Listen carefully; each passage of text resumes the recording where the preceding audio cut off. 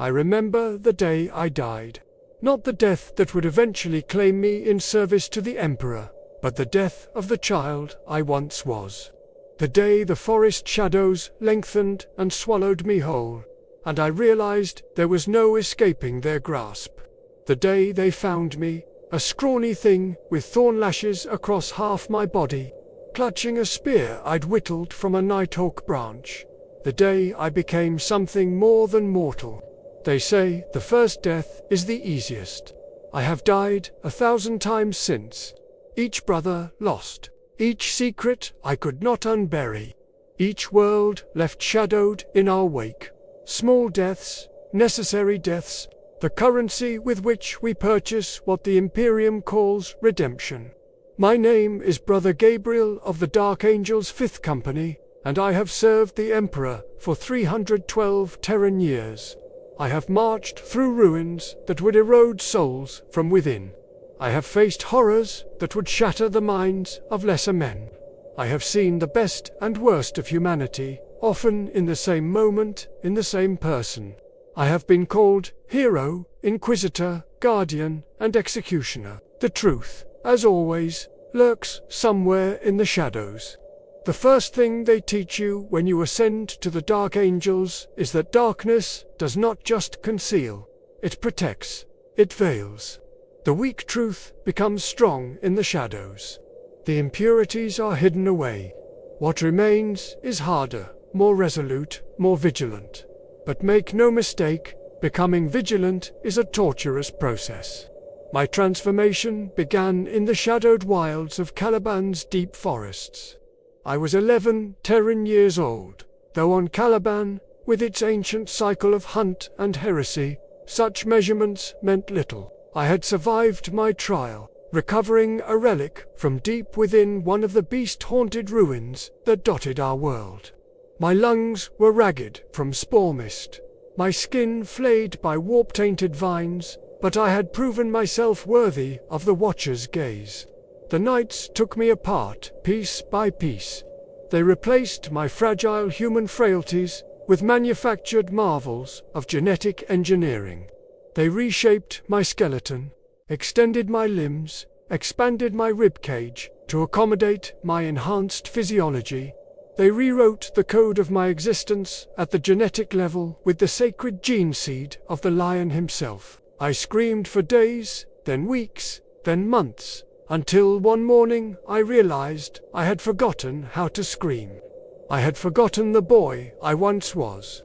I looked in the reflecting surface of a ceremonial blade and saw hooded eyes staring back at me from pale, unyielding skin. I was reborn in shadow.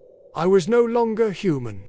I was a dark angel. The humans we protect look upon us with awe, with reverence, with suspicion. They do not understand what we have sacrificed to become their sentinels. They see only the stoicism. They do not see the cost. But I am getting ahead of myself. The story of any dark angel is the story of vigilance. Endless vigilance. Vigilance without purpose beyond duty. Vigilance without hope of absolution. Vigilance without meaning, except that which we forge from it with bolter and vow. But, for the Sons of the Lion, vigilance has always meant something different, something more. For us, there is no glory in conquest itself. Glory lies only in the preservation of secrets that must never see the light. My first deployment came 78 years ago on a feudal world called Serathor Ix, a forgotten planet of little strategic importance, but home to 4 billion Imperial citizens. The kind of place the Imperium remembers only when the tithe comes due or when something goes catastrophically wrong. Something had gone catastrophically wrong. The Vox distress signal spoke of rebellion. But what we found was worse. Much worse. Traitors had infiltrated the primary knightly order 3 generations earlier. By the time we arrived, half the planet's noble houses bore the subtle marks of Heresiphant runes etched into family crests.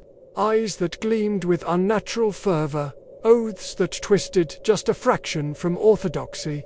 I remember standing in the Thunderhawk as it plummeted toward the surface, surrounded by my battle brothers.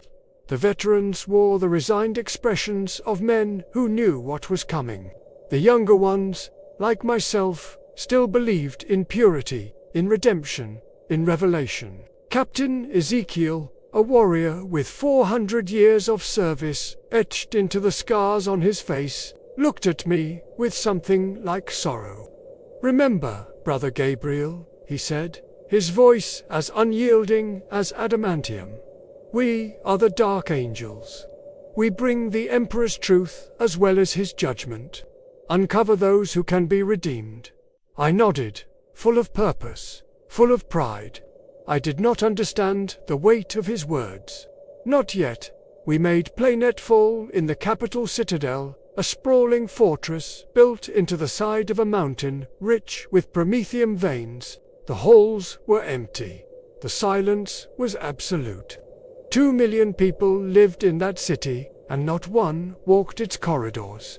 "Where are they?" Brother Azrael asked, his bolter sweeping across the vacant throne room where we had landed. A sound, I answered him. A wet, whispering sound that seemed to come from everywhere at once. From the crypts below, from the darkened tapestries of the Hab spires, from the ritual chambers that fed into the city like hidden arteries. "They are here," Captain Ezekiel said, igniting his power sword. The blue energy field hummed to life, casting ghostly shadows across his grim features. "They are all around us." The first wave came from beneath. The marble floors burst upward as hundreds of bodies surged from the undercroft. They had once been human knights, scribes, children. Now they were twisted parodies of loyalty. Their limbs augmented with forbidden tech, their skulls inscribed with chaotic sigils, their skin stretched tight over bulging mutations that had never been intended for human frames.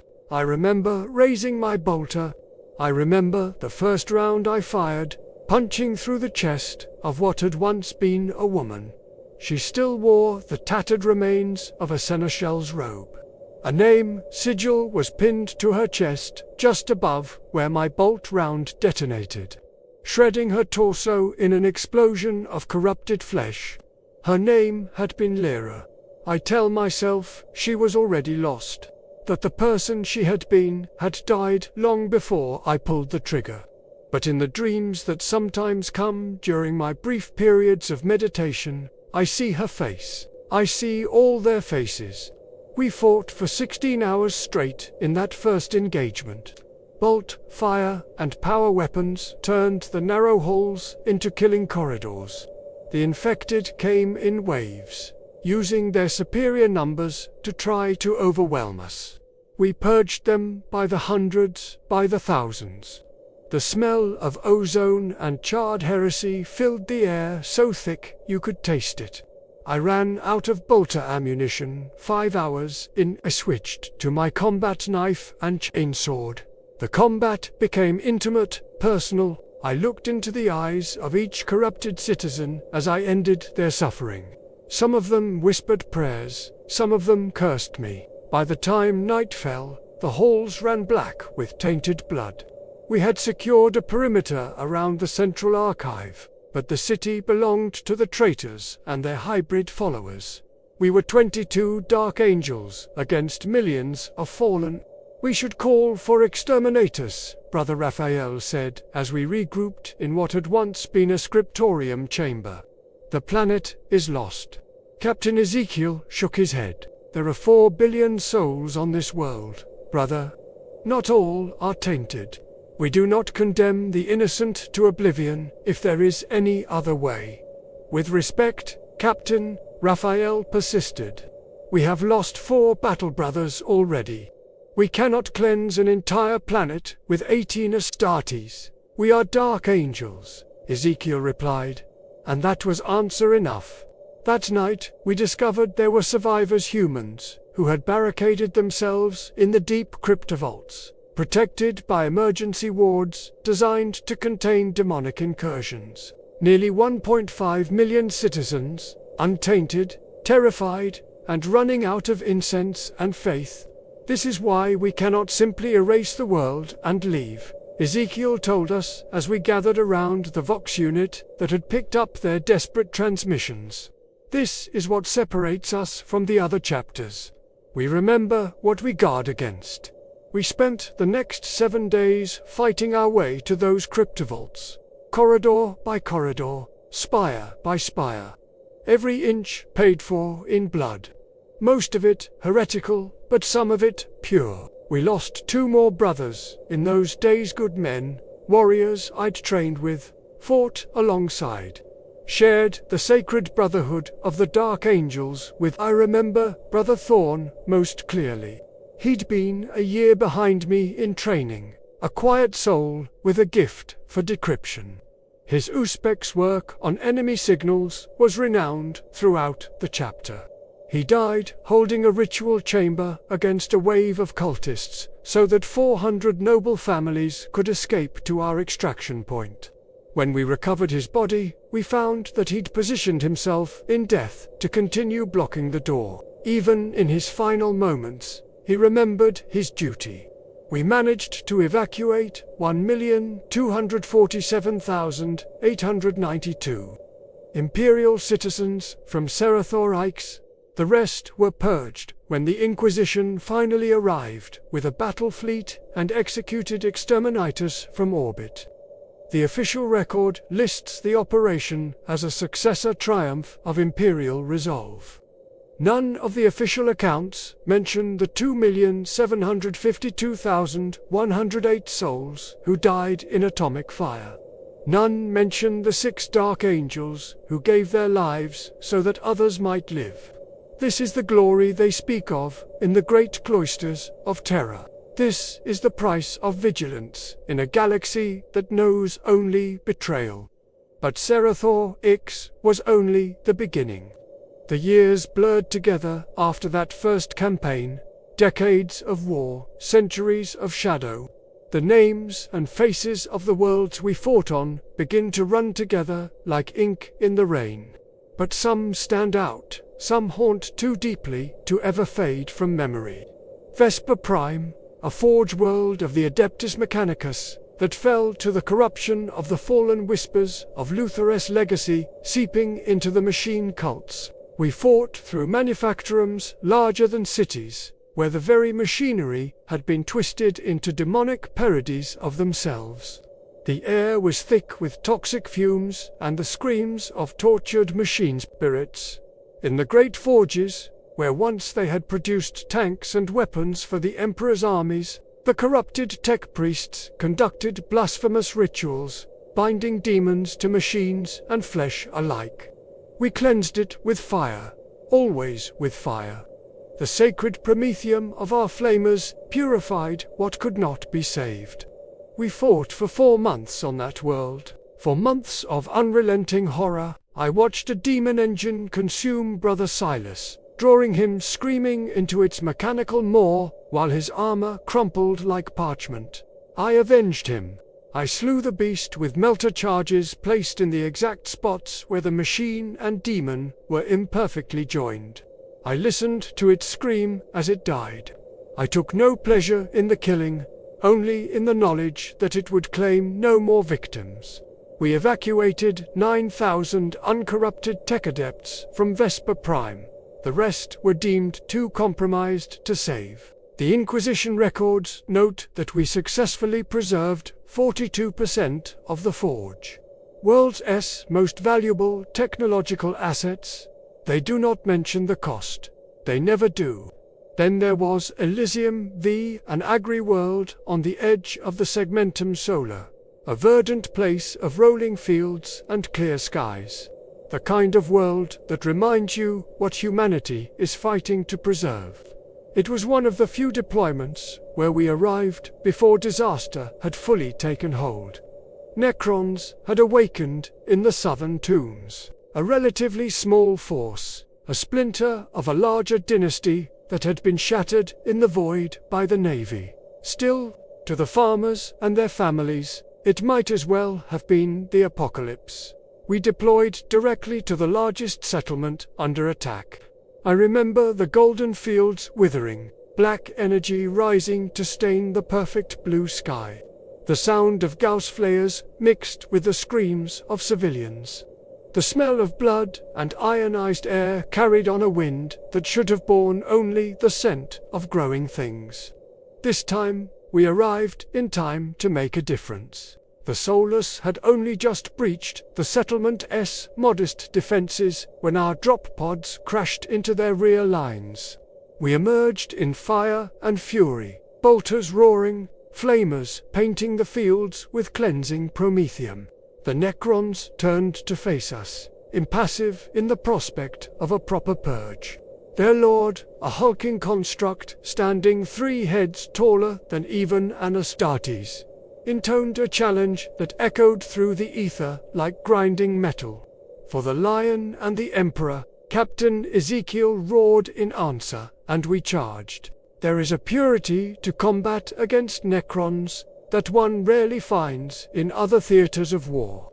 They are not corrupted humans whom we must reluctantly destroy. They are not the pawns of chaos to be pitied even as they are purged. They are not the insidious Genestealers, or the arrogant Eldar. Necrons are made for eternity. They desire nothing else. In a perverse way, they are the most unyielding enemy we face. The battle was glorious, in the simple sense that warriors sometimes use the word blade against blade, resolve against resolve, will against will. No moral ambiguity, no heartbreaking choices, just the clean calculus of annihilation. I faced the Lord myself alongside Brother Raphael. The creature was immense, clad in living metal that shifted like liquid shadow. Its Gauss blaster could shear through ceramite as if it were cloth. Its hum was deafening, energy crackling from joints large enough to engulf a human torso. Raphael struck first, his power axe biting deep into the Lord's shoulder. Necrodermis sprayed across his armor. The beast hardly seemed to notice. It swung its staff in a vicious arc that Raphael was too slow to avoid completely. The edge caught him in the side, tearing through his armor and the flesh beneath. He went down, but not before emptying his plasma pistol into the Lord's chest. The superheated rounds detonated against the metal, staggering it just enough for me to attack. My chainsword roared as I drove it into the same wound Raphael had opened. The monster keened in mechanical pain and rage. Its staff flashed out, catching my helmet and tearing it free, along with a layer of skin from my scalp. I felt the blood running down my face, hot against my pale skin. The Lord regarded me impassively, thinking me vulnerable. It did not understand the sons of the Lion. It did not understand what shadows forge us into. I drove forward, abandoning my chainsword, still embedded in the wound. I drew my combat knife, a simple weapon, but one I had forged myself in the monastic fires of the rock. The blade glowed with heat, a modification of my own design. As the Lord reached for me with its good arm, I ducked inside its guard and drove my knife up through the underside of its jaw. The blade, superheated, passed through necrodermis and circuitry with little resistance. It continued upward into the creature's core. The Lord's eyes widened in simulated shock, then dulled as death took it. It toppled like a fallen statue, nearly crushing me beneath its massive bulk. The death of the Lord broke the Necron's coordination. Without a master, they fragmented into smaller groups that were easier to isolate and destroy. By nightfall, the settlement was secure. I found Brother Raphael in the care of our apothecary. His wounds were severe, but not fatal. He would fight again. He looked up at me, his face pale from blood loss, but his eyes clear and proud. "Did we save them?" he asked. "Yes, brother," I told him. "The settlement stands. The people live." He smiled, then, a rare expression on the face of a dark angel. "Then it was worth it." We spent 4 weeks on Elysium V, hunting down the remaining Necron forces and securing the settlements. We lost no brothers in that campaign. We saved nearly 2.5 million Imperial citizens. By any measure, it was a victory clean, complete, the kind of success that the Imperium's chroniclers transform into epic sagas to inspire the masses. And yet, even there, the grim reality of our existence intruded. On our final day, as we prepared to depart, a young boy approached me as I stood watch at the edge of the primary settlement. He could not have been more than 9 Terran years old. His eyes were wide as he took in my massive form, my battle-scarred armor, my inhuman features. "Are you an angel?" he asked me, his voice hushed with awe. I looked down at him and saw myself as I once was, a forest child, fragile, vulnerable, looking up at something beyond comprehension. "No," I told him, "I am just a guardian." He shook his head, unconvinced. "My father says you're the Emperor's dark angels. He says you saved us all." "We did our duty," I replied. "Nothing more."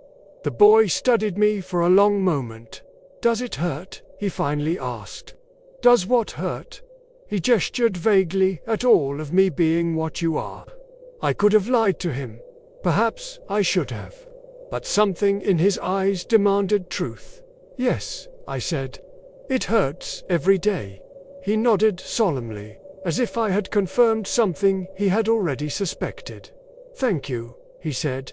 Then he turned and ran back to the settlement, to his family, to his life that would continue because we had done what was necessary. I have often wondered what became of that boy, whether he grew to adulthood in peace, whether the Imperium's endless hunger for soldiers eventually claimed him as it claims all useful things, whether he remembered the truth I told him. "It hurts every day. This is the glory they speak of in whispered tones. This is the honor of being one of the Emperor's unforgiver. This is the price we pay willingly, gladly, for we know no other purpose. But the galaxy is not kind enough to offer many victories as clean as Elysium V most often. Glory looks like Noctis, for a hive world in the segmentum tempestus. Billions of souls stacked atop one another in mighty spires that pierced the perpetually smog-choked skies. A world that manufactured void shields for the Imperial Navy, its factories belching toxic waste that turned the rain acidic and the ground barren for 1,000 kilometers in every direction. We came to Noctis for in response to a planetary uprising. The official reports claimed worker revolts had turned violent, threatening the world's vital production of shields. The truth, as we discovered, was more complex. The planetary governor and his administration had been systematically working the lower hive populations to death. Safety protocols in the shield plants had been abandoned to increase production. Workers were exposed to lethal warp residues without protection. Entire habitation blocks were being sealed off when contamination reached critical levels, their populations left to mutate in agony rather than receive expensive purgation. The revolt began when a group of mid-hive confessors broke imperial law by absolving the afflicted workers. When the governor's forces came to arrest them, the people rose up to protect their saviors. It was not rebellion against the Imperium that drove them, but the simple human desire to live. Not that such distinctions mattered to the bureaucrats who dispatched us. Rebellion is rebellion. Production cannot be allowed to falter. The Emperor's wars must be fed. We made Planetful at the governor's palace, a grotesque monument to excess that sat atop the highest hive spire, above the smog, under clear skies that the lower classes never saw. Governor Thaler greeted us himself, a corpulent man dripping with gold adornments. His skin smooth and pale, untouched by the warp burns that marked his workers. "Thank the Emperor you've arrived," he wheezed, struggling to bow before Captain Ezekiel. The rebels control the lower 70 levels of hives, Alpha and Beta. They've seized the primary Praetorium. Production has fallen 35% in just 2 weeks. The situation is untenable. Ezekiel regarded the man with the impassive, crimson gaze of our kind. "We will restore order," he said simply. The governor smiled, revealing augmented teeth of pearl and platinum. "Excellent. I have prepared tactical layouts of the rebel-held territories. Might I suggest you begin with plasma bombardment of the worker habitation blocks? Break their will early, and the rest will fall quickly." I watched Ezekiel's face. After 2 centuries of brotherhood, I could read the subtle signs of his disgust that would be invisible to human eyes. "We will assess the situation ourselves," Ezekiel replied. "The Dark Angels do not make war on civilians if it can be avoided." The governor's smile faltered. "These are not civilians, Captain. They are traitors, rebels. They have violated imperial law and disrupted vital war production." Nevertheless, Ezekiel said, his tone making it clear the discussion was over. "We will proceed according to our own tactical assessments." That night, while the governor hosted a feast in our honor that none of us attended, we sent infiltration teams into the lower hives. I led one such team, moving through maintenance tunnels and waste disposal chutes to bypass the rebel barricades. We wore stripped-down armor, carrying minimal weaponry to remain mobile in the cramped confines of the underhive. What we found confirmed our suspicions. The rebels were ordinary imperial citizens driven to desperation by unconscionable abuse. Many bore the marks of warpex, posy weeping sores, psychic distress. Children born with mutations that had everything to do with industrial hazards and nothing to do with chaos. Their leaders were not radicals or malcontents. They were shift supervisors, Medicaid personnel, maintenance technicians, people who had simply decided that survival was worth fighting for. I observed a makeshift chapel established in what had once been a reclamation plant. Hundreds of patients lay on improvised beds, attended by exhausted staff working with scavenged equipment. Among them moved a woman who seemed to be coordinating the efforts. She was small, even by human standards. Her body thin and angular. Warp burns covered the right side of her face, twisting her features into a permanent grimace. Yet there was a quiet dignity in how she moved from patient to patient, offering what comfort she could. I watched her for an hour from the shadows. I saw her hold the hand of a dying man as he drew his last breath. I saw her comfort a child whose mind had been so damaged by war residue that each thought was an agony. I saw her organize the distribution of the pitiful supplies they had managed to hoard. I returned to our command post with my report.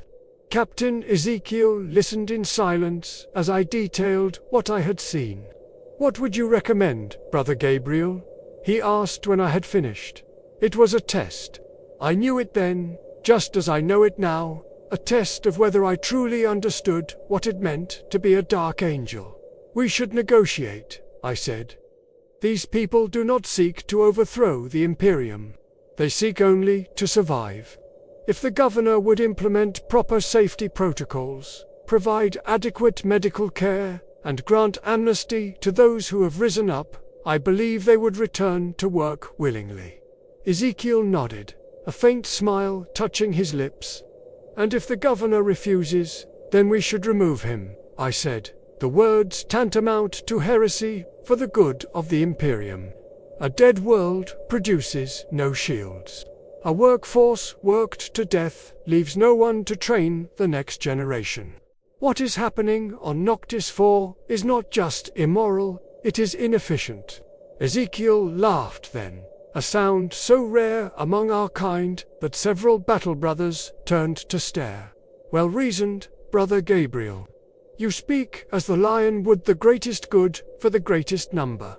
while never forgetting the value of each individual life. His expression grew serious again. Unfortunately, we lack the authority to remove a planetary governor, no matter how deserving. But perhaps there is another way. The next morning, Captain Ezekiel presented Governor Thaler with a proposal. The Dark Angels would end the rebellion, but on our terms, we would guarantee worker safety reforms, medical treatment for the injured, and amnesty for all but the highest rebel leaders. In exchange, the workers would return to their posts, and production would resume. The governor was apoplectic. "You overstep your authority, Captain. You were sent here to crush this rebellion, not to negotiate with traitors." "We were sent here to restore order and resume production," Ezekiel replied calmly. "This is the most efficient way to achieve both objectives." "I will report this to your chapter master," the governor sputtered. "To the sector lord, to the Inquisition itself." "You are welcome to do so," Ezekiel said. "In the meantime, we will proceed with our plan unless, of course, you wish to reclaim the lower hives yourself." The governor had no response to that. His own forces had proven woefully inadequate against the determined resistance of people with nothing left to lose. Without the Dark Angels, he had no way to regain control. "Very well," he finally spat. "Do it your way. But I will remember this, Captain. The Adeptus Astartes are not beyond the reach of Imperial justice." Ezekiel bowed slightly, the gesture containing not an ounce of respect. "We count on it, Governor. We made contact with the rebel leaders that same day. I was part of the delegation that entered their territory under a flag of truce. We came in full armor, but with our weapons holstered, a show of both strength and restraint. They received us in the same makeshift chapel I had observed earlier. The woman with the warp burns stood at the front of their group, her chin held high despite the fear that must have filled her at the sight of 5 Space Marines in full battleplate. "I am Captain Ezekiel of the Dark Angels," my commander said, his deep voice echoing in the cavernous space. "We have come with a proposal to end this conflict." The woman stepped forward. "I am Alara Voss, elected speaker for the Coalition of the Faithful. We did not seek conflict, Captain. We sought only to live, so I have been told," Ezekiel replied, "and that is why we are here, not to destroy you, but to find a path forward."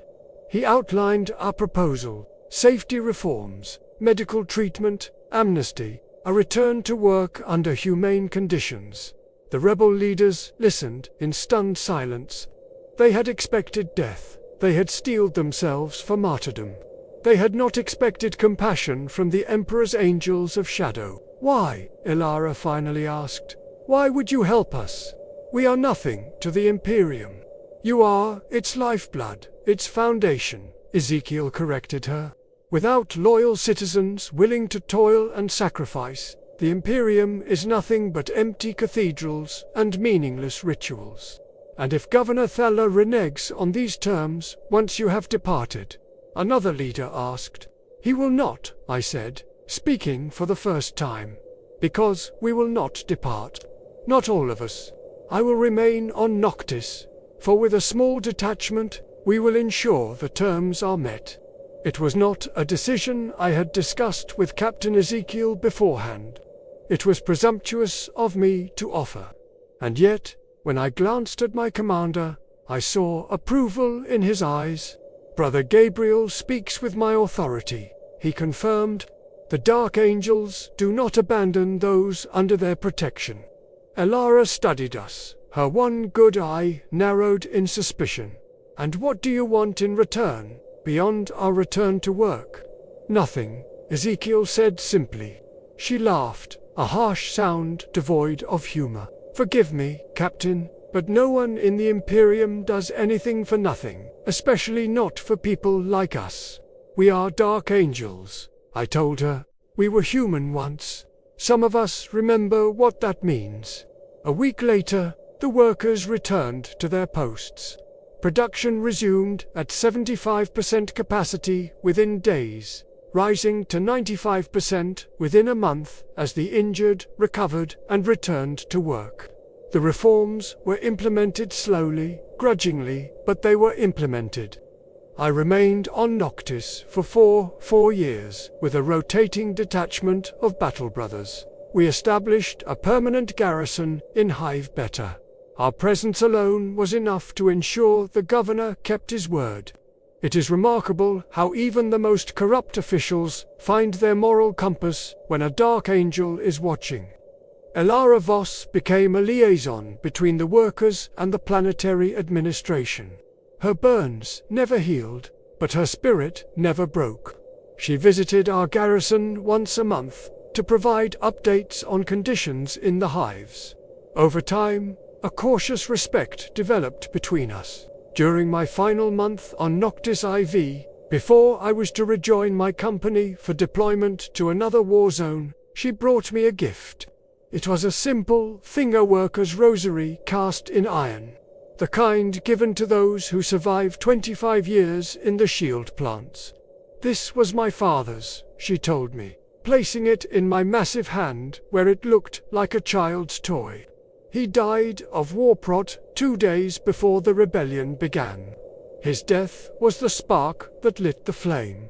I cannot accept this, I said, trying to return it. It is your legacy. She closed my fingers around the rosary. And now it is part of yours. So you remember why you fight. Not for glory, not for the Imperium, but for people like my father who live and die in darkness so that others might see the light. I kept the rosary. I wear it still on a chain around my neck beneath my armor where only I know it exists. A reminder that glory is not what the Imperium says it is. Glory is in the secrets we keep, not the truths we reveal. But for every Noctis 4, there are a dozen worlds where we cannot find such clean resolutions. Where the shadow runs too deep, the threat is too great, or time simply runs out. I think of Obsidian III, where a warp storm breached the veil between realities and flooded an entire continent with the raw stuff of chaos. We fought for 8 weeks to evacuate as many civilians as possible before the corruption became irreversible. In the end, we saved less than 4% of the population. We were forced to burn the rest with holy promethium. Their screams followed us as we lifted off in the final gunship's knot, because they were heretics who deserved death, but because what they would become would threaten countless other worlds. I think of the death of Captain Ezekiel on the forge moon of Helix Secundus. He fell defending a cohort of Skittery who had been cut off from their main forces by a Necron advance. The machine men he died protecting barely acknowledged his sacrifice, seeing it as merely the optimal tactical decision rather than the act of heroism it was. His body was recovered, his gene seed harvested, but the records of the Adeptus Mechanicus make no mention of the Dark Angel captain who gave his life for their troops. I think of the schism on Etheron Vi, where rival imperial cults came into conflict over interpretations of the imperial creed. Both sides claimed to be the true servants of the Emperor. Both sides were willing to kill and die for their beliefs. We were sent not to judge the theological dispute, but simply to end the violence that threatened the planet's production of Voidcraft. I led that mission myself, having been promoted to sergeant after the death of Captain Ezekiel. It was my first command, and I was determined to honor his memory by finding a solution that minimized the loss of life. I spent weeks in negotiations, trying to find common ground between the warring factions. In the end, I failed. The hatred ran too deep. The conviction was too strong. When the fighting resumed, despite my best efforts, we were ordered to support the faction favored by the Ecclesiarchy, regardless of the merits of their theological position. We killed thousands of men and women whose only crime was a slightly different interpretation of how best to worship the same emperor. I remember the face of High Confessor Solis, the leader of the faction we were ordered to suppress. As I led him to his execution, he looked at me not with hatred, but with pity. "You know this is wrong," he said quietly, too quietly for anyone but an Astartes to hear. "You know in your heart that we are faithful servants of the Emperor." "It does not matter what I know," I replied, "only what I must do. And that, my son," he said, "is why the Imperium will one day fall. Not from external enemies, but from within. When good men obey bad orders without question, evil triumphs. I executed him myself, clean death, as painless as I could make it. I told myself it was a mercy. I told myself I was just following orders. I told myself many things in the dark nights that followed. None of them brought comfort. This is the glory they speak of, though they know not what it means. This is the honor of making decisions that none should have to make, of bearing burdens that would crush a normal human soul. I have served as sergeant for nearly 5 decades now. In that time, I have led my battle brothers through campaigns that would break the spirit of lesser warriors. I have made decisions that haunt me still. I have watched good men die following my orders. I have ordered the deaths of millions when no other option remained. And yet, I have also witnessed moments of such profound humanity that they sustain me through the darkness. On Tartarus Prime, amid a brutal campaign against Chaos cultists, I found a child hiding in the ruins of what had once been a scholar, a girl of no more than 8, clutching a singed prayer book covered in ash and blood not her own. She should have been terrified of me, this massive, inhuman figure in shadowed battleplate. Instead, she reached up to me with absolute trust, as if she had always known I would come for her. I carried her for 4 days through active war zones, her tiny form cradled in arms designed to crush and kill. My battle brothers modified their tactics without question, taking greater risks to protect this single insignificant life. By any cold calculus of war, we should have abandoned her. One child against the strategic objectives of the campaign, one life against the billions that would be lost if we failed. But we are dark angels. We do not make such calculations. We delivered her to a refugee transport bound for a safer system. I never learned her name. She never spoke a word during those 4 days. But, as I handed her over to the care of the refugee coordinator, she pressed her prayer book into my hands. A final gift, a gesture of trust and gratitude that no tactical victory could ever match. I keep it still, that scorched book, alongside the Workers' Rosary from Noctis for small reminders of why we fight, of what victory truly means. There was Veritas 7. A feudal world where technological regression had left the population vulnerable to a particularly virulent plague. We came not as warriors, but as saviors, escorting Medicae ships and supplies.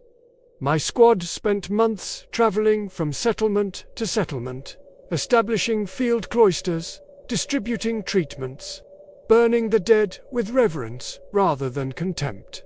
The locals called us the Shadow Knights. They built shrines to us in their primitive settlements. They sang hymns about our vigilance. It made my battle brothers uncomfortable, this worship. It is not glory we seek, but it was the first campaign in decades where we did not have to take a single human life, where every action served only to protect, to preserve, to save. When we departed Veritas 7, the planetary governor presented each of us with a pendant carved from native crystal, a stylized lion that represented both our chapter and the new hope we had brought to a dying world. Such trinkets would be meaningless to most Astartes, but we Dark Angels value these connections to those we protect, these tangible reminders. that our endless war has purpose beyond mere doctrine. But for every Veritas 7, there is a Korvath Minaris, a world so thoroughly corrupted that no salvation is possible, only purification. Korvath Minaris was an industrial world devoted to the manufacture of Thunderhawk gunships and other aircraft for the Imperial Navy. Its pollution-choked atmosphere and vast assembly complexes made it indistinguishable from 1,000 other such worlds.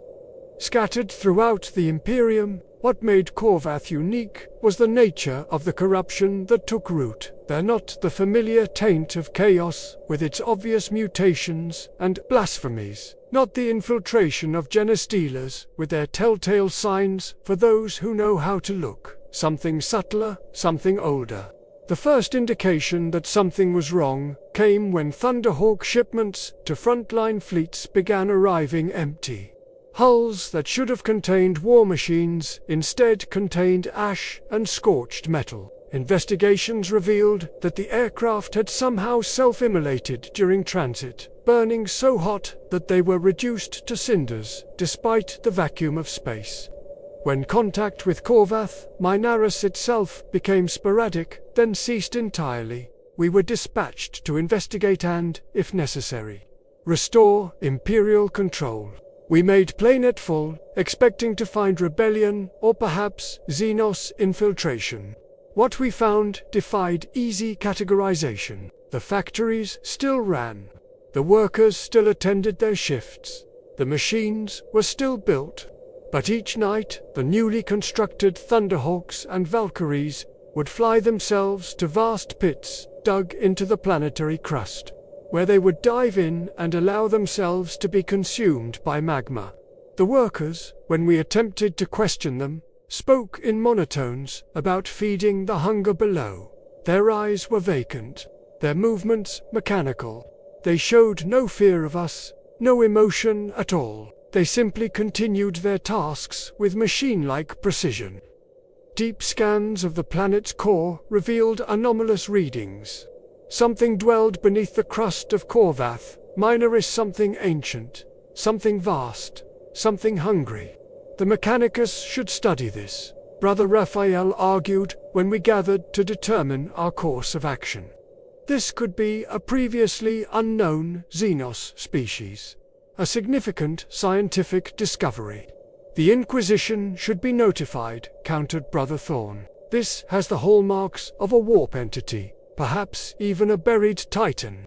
I listened to their debate in silence, watching the factory complex through the armor-glass viewport of our forward base.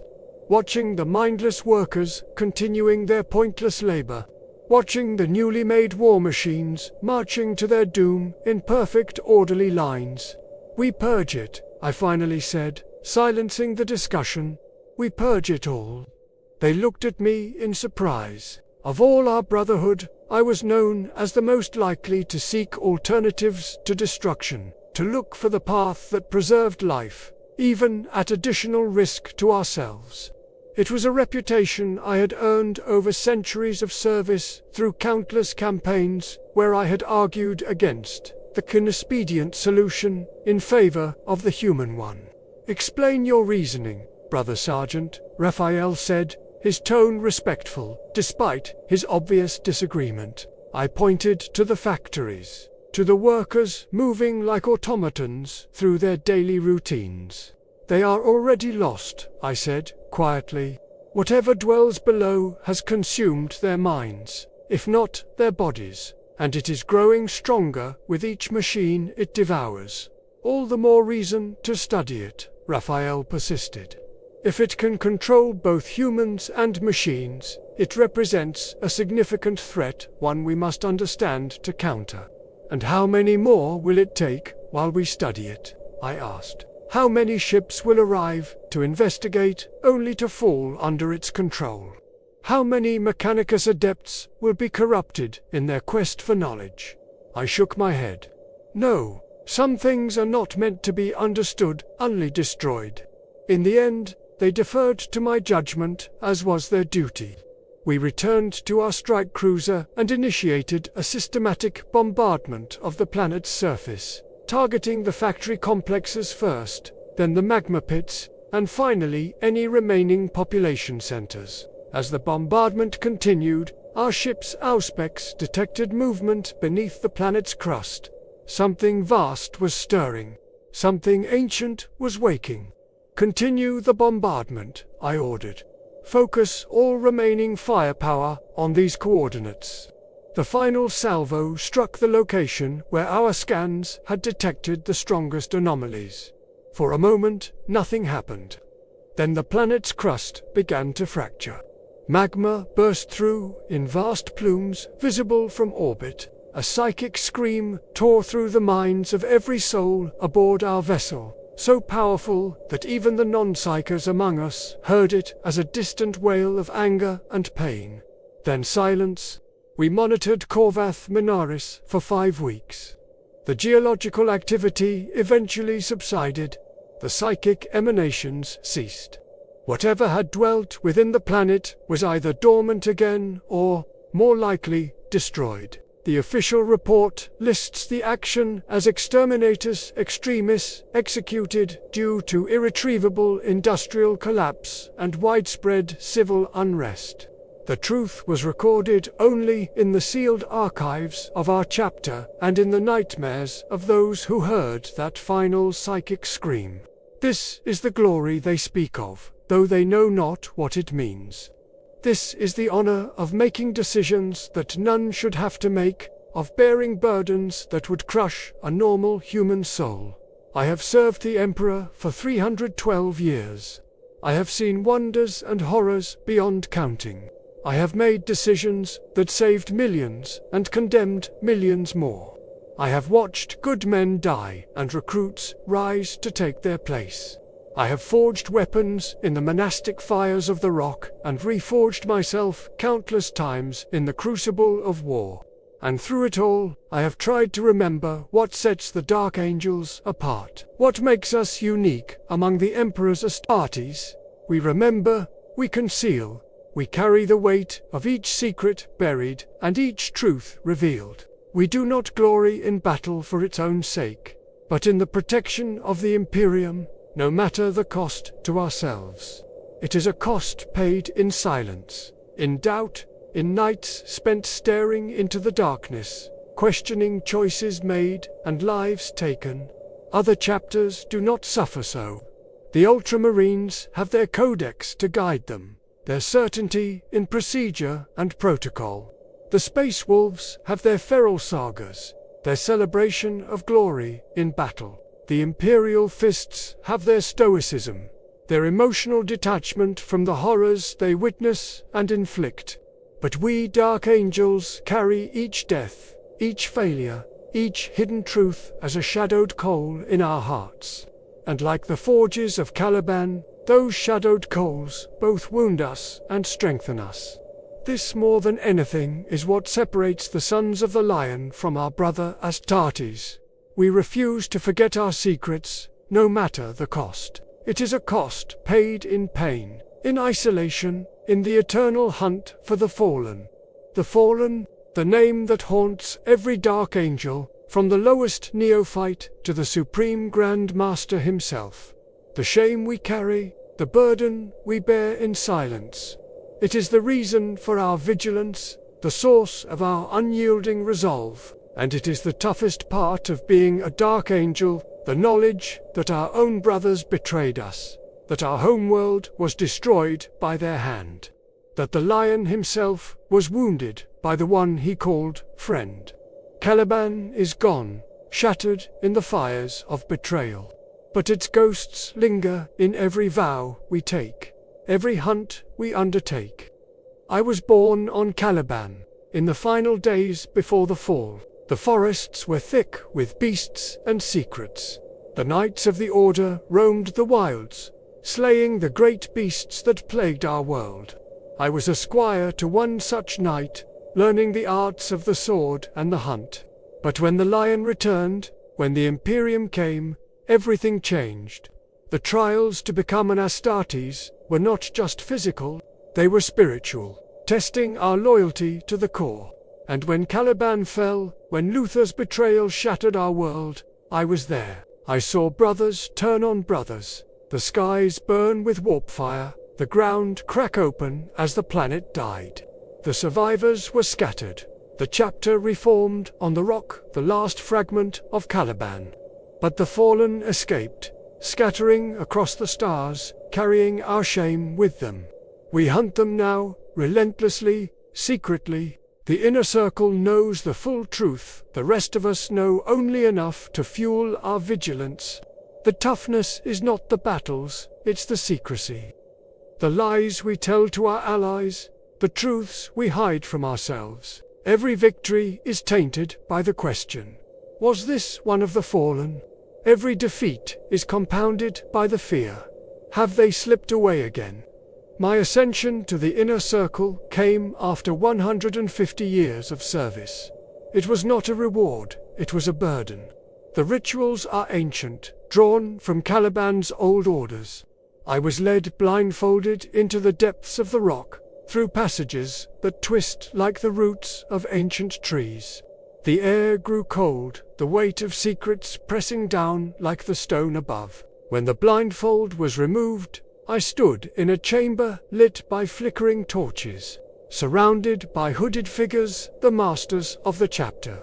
The Supreme Grand Master himself spoke, his voice a whisper that echoed like thunder. You have been chosen, Brother Gabriel.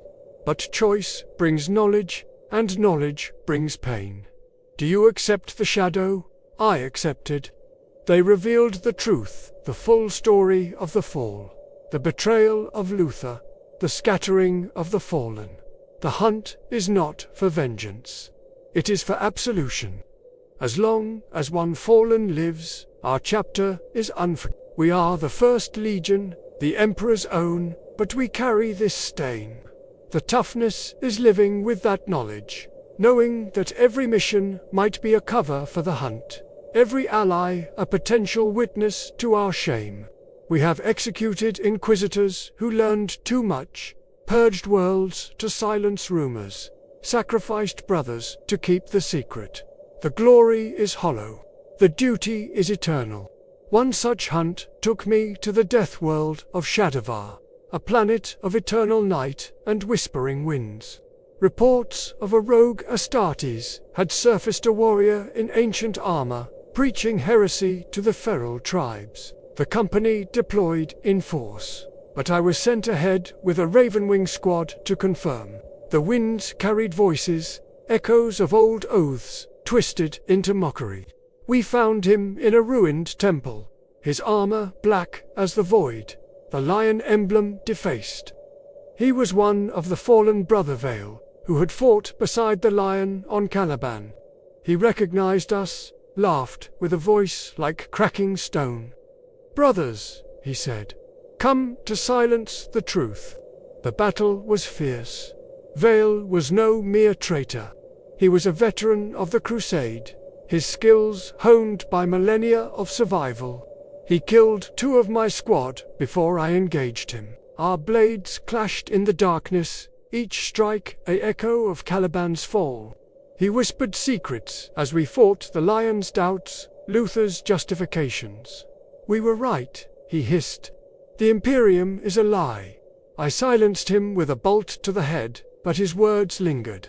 We captured his body, extracted his gene seed for study, purged the tribes who had heard his words. The official report listed a chaos incursion, neutralized. The truth remained buried. This is the toughness, the constant doubt, the fear that the fallen speak truth, the burden of ensuring no one else hears it. Another shadow fell on the campaign against the Tau on Valorous Prime. We were there to reclaim a forge world. But whispers among the Xenos prisoners spoke of a fallen lion aiding their defenses. The hunt took precedence. I led a Deathwing strike into the heart of their enclave. Terminators crashing through ethereal shields. We found him a fallen named Korath, his armor repainted in Tau colors, his mind twisted by their philosophy. He fought like a demon, his blade singing with forbidden tech. I lost 3 brothers taking him down. As he died, he spat, "The lion sleeps, but we wake." We burned the site, erased all records. The Tau thought it a victory. The Imperium celebrated our reconquest, but in the rocks halls, we mourned the revelation another fallen unmasked. But how many more? The inner circle's weight grows heavier with each revelation. I have interrogated dozens of fallen, each one a mirror of what we could become. Some repent, seeking death as absolution. Others rage, claiming the lion betrayed them. Each confession is a wound, each execution a necessity. The toughness is not the killing. It's the knowing. Knowing that our Primarch lies in stasis, waiting for the day all fallen are captured.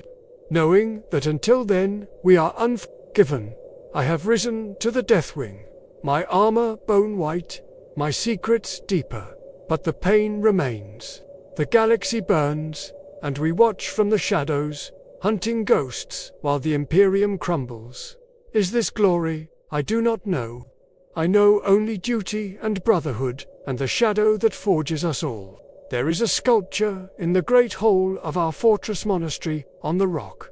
It depicts the lion.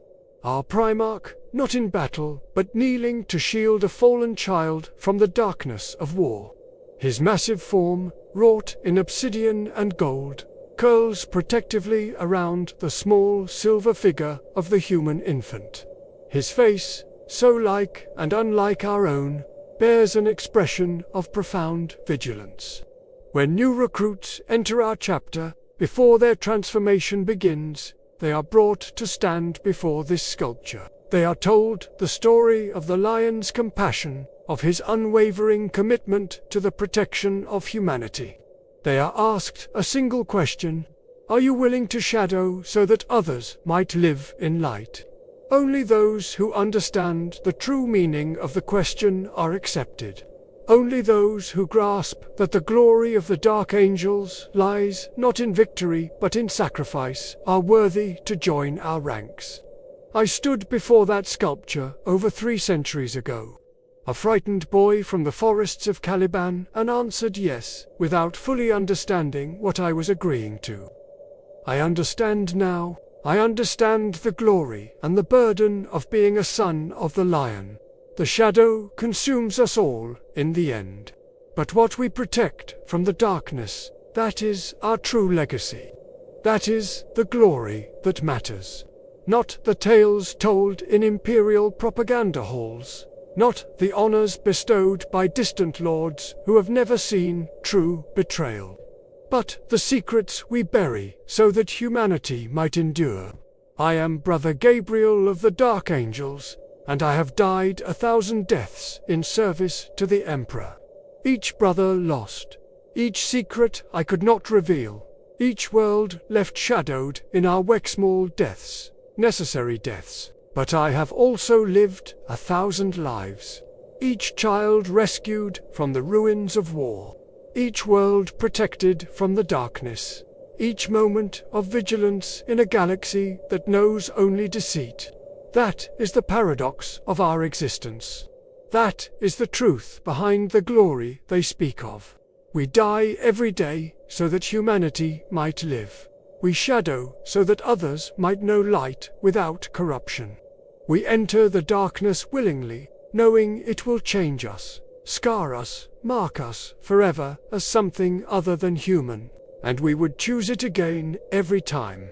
For we are the Dark Angels, sons of the Lion, forged in shadow, tempered in secrecy, shaped by duty. And though the galaxy falls around us, though the enemies of humanity are beyond counting, though the cost of redemption grows ever steeper, we will stand into the shadows of battle unto the veil of war. For the Emperor, for humanity, for the chance that somewhere a child might grow to adulthood, never knowing the horrors we have witnessed. That somewhere our sacrifice makes possible a life of light rather than endless shadow. That, brother, is glory. The rock drifts through the void, a fragment of lost Caliban, carrying the chapter's secrets like a tomb. I have spent decades in its halls, rising through the ranks, from scout to battle brother to sergeant to the inner circle. Each promotion a step deeper into the shadow. The trials on Caliban were nothing compared to the trials of knowledge. Caliban was a world of knights and beasts, where the Order fought the great beasts to protect the people. I was born in a village on the edge of the North Wilds, where the forests whispered of ancient evils. My father was a huntsman, teaching me to stalk the warped creatures that lurked in the woods. But when the lion came, when the Imperium arrived, the beasts were revealed as chaos-tainted, and the Order became the seed of the chapter. My trial was to hunt a Calibanite lion, a beast infused with warp energy. I tracked it for days, my body torn by thorns that burned like fire.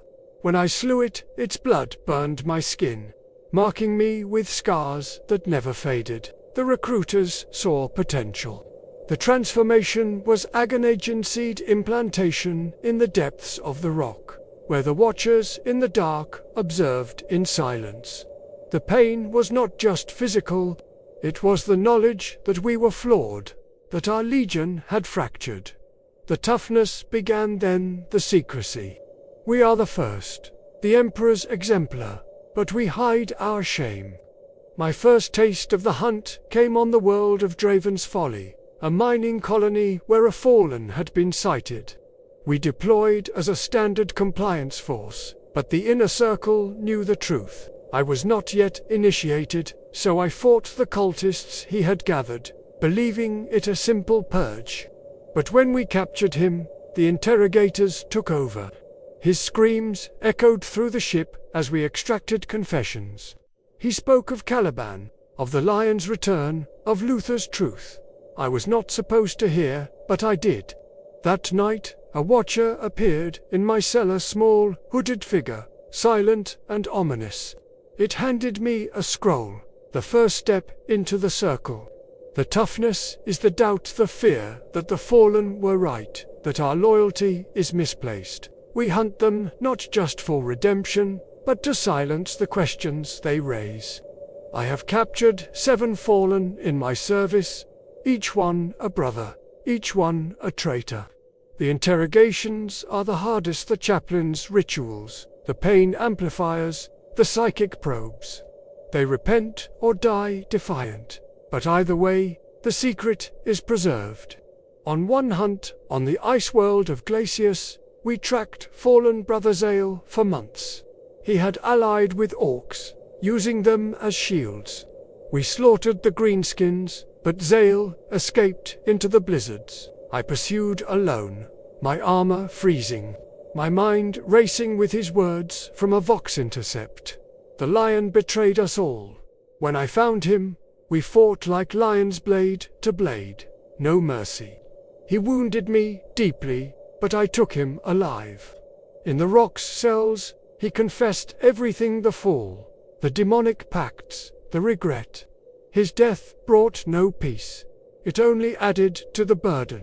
The chapter's structure is our strength and our curse. The Deathwing knows the deepest secrets, their white armor a symbol of purity amid shame. I joined them after 200 years. My initiation, a vigil in the rock's darkest chamber, where the lion's sword rests. The Ravenwing hunts, their black bikes streaking through the void like shadows. I rode with them on the pursuit of Fallen Fleet, a rogue vessel carrying 3 traitors. We boarded in the void, fighting through corrupted scepters. The Fallen were cornered in the bridge, their leader mocking us. You hunt ghosts while the galaxy burns. We captured 2, killed 1. The interrogation revealed connections to other Fallen, expanding the hunt. The toughness is the endlessness, the knowledge that the hunt will never end, that absolution is a lie we tell ourselves.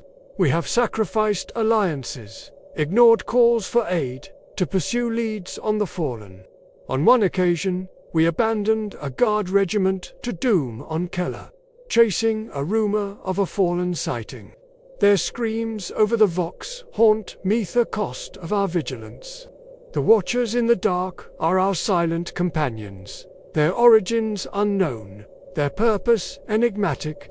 They appear when the secrets are threatened, guiding us with gestures or relics. Once, during a battle against Eldar on Emir's Vale, a Watcher led me to a hidden cache where a fallen had hidden. The Xenos were a distraction. The real threat was the traitor among them.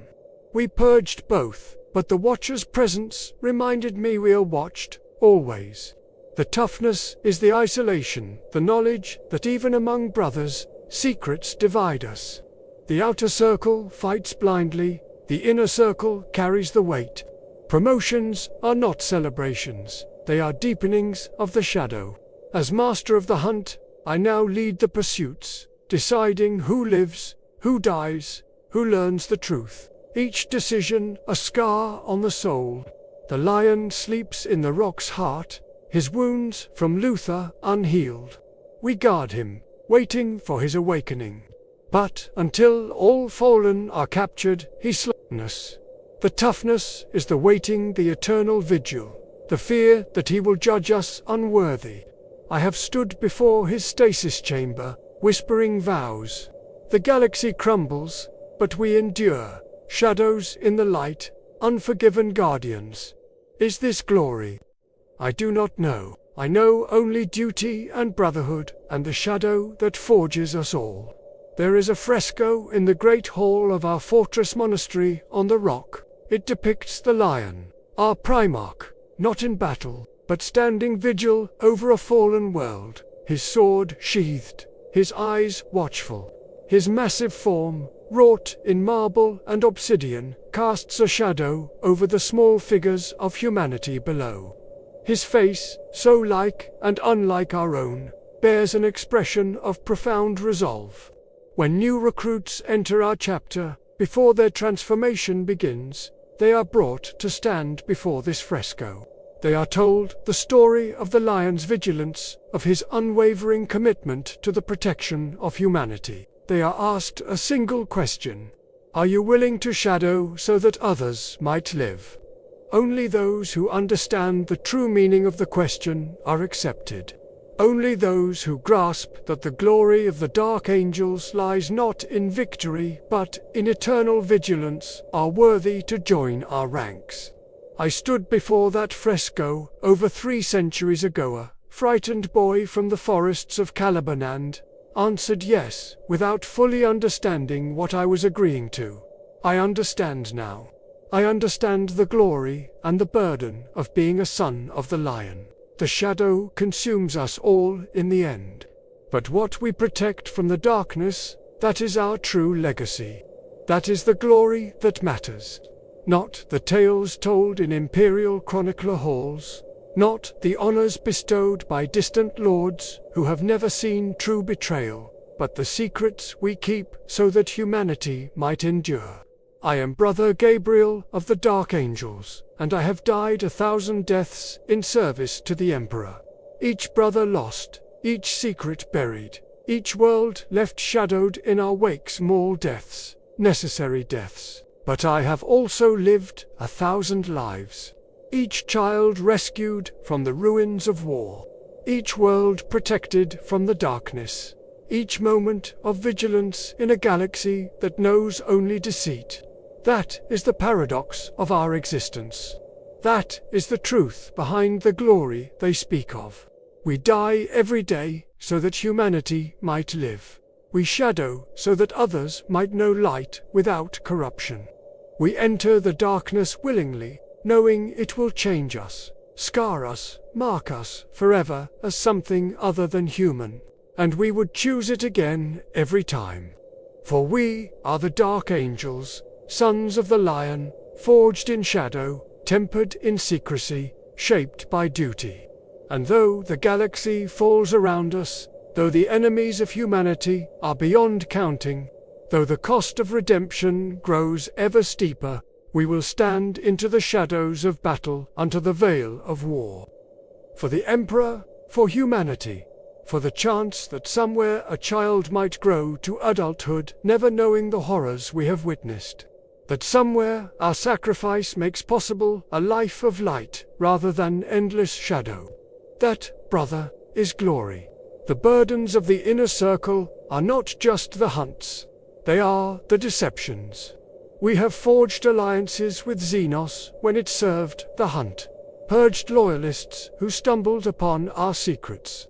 On the world of Zoroth, we allied with Eldar Rangers to track a fallen who had joined a craft world. The Xenos knew of our shame, used it as leverage. We betrayed them after purging their force to silence their knowledge. The toughness is the compromise, the lines we cross for the greater redemption. The lion would understand. He was pragmatic, a hunter first. But each compromise erodes the soul. My closest brush with the abyss came on the demon world of Malika. A fallen had summoned a greater demon, seeking power to evade us. We assaulted the rift, Deathwing Terminators leading the charge. The demon whispered truths as we fought the lion's slumber, the chapter's lies. Brother Thorn fell to the temptation, turning his blade on us. I killed him, my own sergeant, to preserve the secret. The guilt lingers. Was he weak, or was the truth too heavy? The hunt claimed the fallen, but lost a brother. The report listed him as slain by demons. The lie protects, but wounds. As I age, the secrets multiply. I have interrogated Luther's lieutenants, learned fragments of the fall. Caliban was not just betrayed, it was fractured by the lion's absence. Luther's jealousy, the warp's influence, the watchers know more, but they do not speak. The toughness is the ignorance, the knowledge that even the inner circle is veiled. The Supreme Grand Master guards the deepest truths, perhaps even from himself. The chapter endures, but at what cost? We are the first, but unfaithful. Our glory is in the shadows, our pain in the light we deny ourselves. In the end, the toughest part is the isolation. We are brothers, but divided by knowledge. The Deathwing knows, the Ravenwing hunts, the rest fight blind. I have mentored neophytes, watching them ascend, knowing the shadows await. Some break under the truth. We mercy kill them, their deaths in battle. The cycle continues, the hunt eternal. Caliban is gone, but its legacy lives in us, the knights who failed, the angels who fell. We seek redemption, but fear it will never come. The lion sleeps, we watch. That is our fate, our glory, our curse.